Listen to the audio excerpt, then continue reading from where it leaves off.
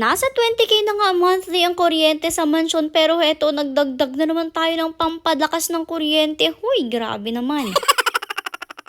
Hello Pack members! Welcome back to Husky Pack TV. Alam ko, sumasama na yung loob nyo kasi naghihintay kayo ng vlog sa Mindoro at sabi ko nga sa inyo, susunduin na natin kung sino man yung kailangan nating sunduin. Pero sa vlog natin, kahapon na umaga at vlog natin ngayon na hindi naman tungkol sa Mindoro, pagpasensyahan nyo na guys. Kailangan ko muna kasing isingit itong mga vlog na to kasi naman na-excite ako na i-post yung mga Mindoro vlogs natin at itong mga vlogs sa mansyon na naganap bago pa tayo umalis papuntang Mindoro. Diyos ko, hindi na talaga na-post. Pero last naman na to at mamayang hapon, Diyos ko, talagang po-post ko na yung susunduin natin. Yes, guys, save the time ha? 5 o'clock p.m. Exactly 5 o'clock p.m. po-post ko na nga po yung vlog natin sa pagsundo natin. Pasensya na ulit, basta isisingit ko lang to ng mabilis. Anyways, kung napanood nyo yung video natin na nag-mall kami ni Mother at diretso nga kami sa Ace Hardware para bumili ng mga electric fan for our pack members. Ito na nga po, yung mga fan na binili natin na teto ay kinabit na nga siya ni Tito Abet ni Kuya Edmar nyo dito sa mansion. Actually, meron mga nag-comment sa inyo nung video natin na naiitumba ng mga pack members natin yung mga electric fan nila since noon stand fan yung gamit nila. Siyempre, pag pumapasok sila sa sobrang lilikot nila, nagtutumbahan yung mga stand fan nila na yun at talagang Diyos ko nasisira. Isang tumba lang sira agad. At marami nagsasabi sa inyo na dapat daw kasi ay talagang hindi na stand fan ang gamitin kundi eto nga ganito na mga wall fan. Pero alam nyo ba, bago pa man talaga kami magka-stand fan na ganyan, wall fan naman na talaga yung gamit namin dito na disaksa. Yun nga lang, nagka-problema dun sa mga wall fans na yun. Tapos mostly kapag naglilinis sa mga Kuya Edmar natin at Kuya Jomar, talagang nauuntog sila doon tapos bumabagsak. Ayun, nasisira yung mga wall fan kasi na yon is parang sinasabit lang. Tapos kapag nauuntog sina Kuya Edmar nyo, pagbagsak niya, ayun, nasisira. Tapos akita nyo naman, ang tatangkad rin ng mga kuyas natin. Dahil nga gano'n, naisipan ni Mother na i-try na nga muna yung mga stand fan. Tapos yun nga, kita nyo naman, hindi rin talaga nag-work sa pack members natin yung mga stand fan, obviously. Kaya naman, back to wall fans na nga muna ulit tayo. At siguro nagtataka rin kayo, bakit kasi kailangan pa ng electric fan? Eh, diba, dalawa na yung aircon dito sa loob ng mansion. Yes guys, dalawang aircon na sabay po nating binubuhay. Pinagpapahinga lang natin sila 1 hour per day pero 24/7 buhay po siya. So bakit nga ba kailangan ng electric fan? Kasi naman guys, alam nyo mga huskies and grabe yung init rin sa Pinas. Kahit dalawa na yung aircon natin, Diyos ko, hindi pa rin talaga kinakaya. Although yes, malamig naman talaga sa loob pero maganda pa rin na meron tayong electric fan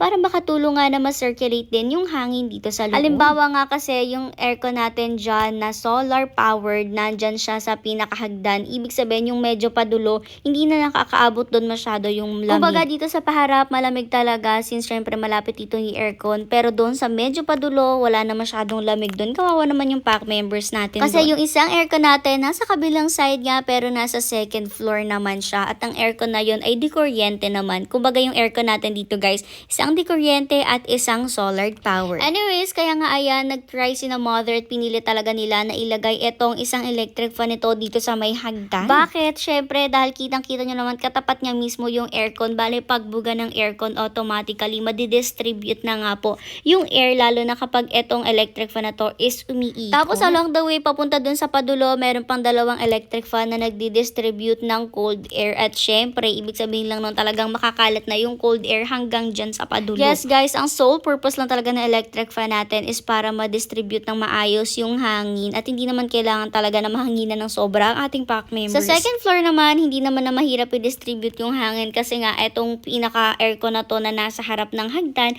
eto ay umaakyat din doon sa may second floor. Dito lang talaga sa first floor mahirap since merong medyo padulo dyan. Anyways, dahil nagdagdag tayo ng ating electric fan, automatically dagdag rin ng kuryente yan. Diyos ko, nakakaloka. Pero alam nyo naman, pinupush natin yan at ginagawa natin ang lahat. Kahit anong bash pa yung matanggap namin, baka akala nyo gustong-gusto namin na nagpapabash kami. Diyos ko, hindi. Masakit rin para sa amin yung mga nababasa namin comment. Pero alam nyo ba, as much as possible, tinitiis namin kasi nga ito lang yung way namin para matulungan yung pack members namin. Oo nga't ginagamit namin sila for content pero lahat ng kinikita nila sa kanila rin talaga napupunta. Kulang pa alam nyo naman, kanya-kanyang way lang talaga tayo ng pag-grind kung paano natin tutustusan ang mga pang-araw-araw nating mga kailangan. At itong vlogging na to, ito yung way talaga namin at lahat buong pamilya rin namin. Ito talaga yung trabaho. Kaya naman for the tiis rin talaga si Mother sa mga comment ng iba dyan na akala mo napaka-perfect sa buhay. Ito lang ginagawang ibang kasamaan. Kasi ibig sabihin ng pagtitiis sa mga masasakit na comment na yun is mabibigay namin yung mga kailangan, wants, and needs ng ating pack members. At alam nyo naman yung na mahalaga kasi nga they always come first before kahit saang aspect, sila talaga palagi yung inuuna namin. Always and forever.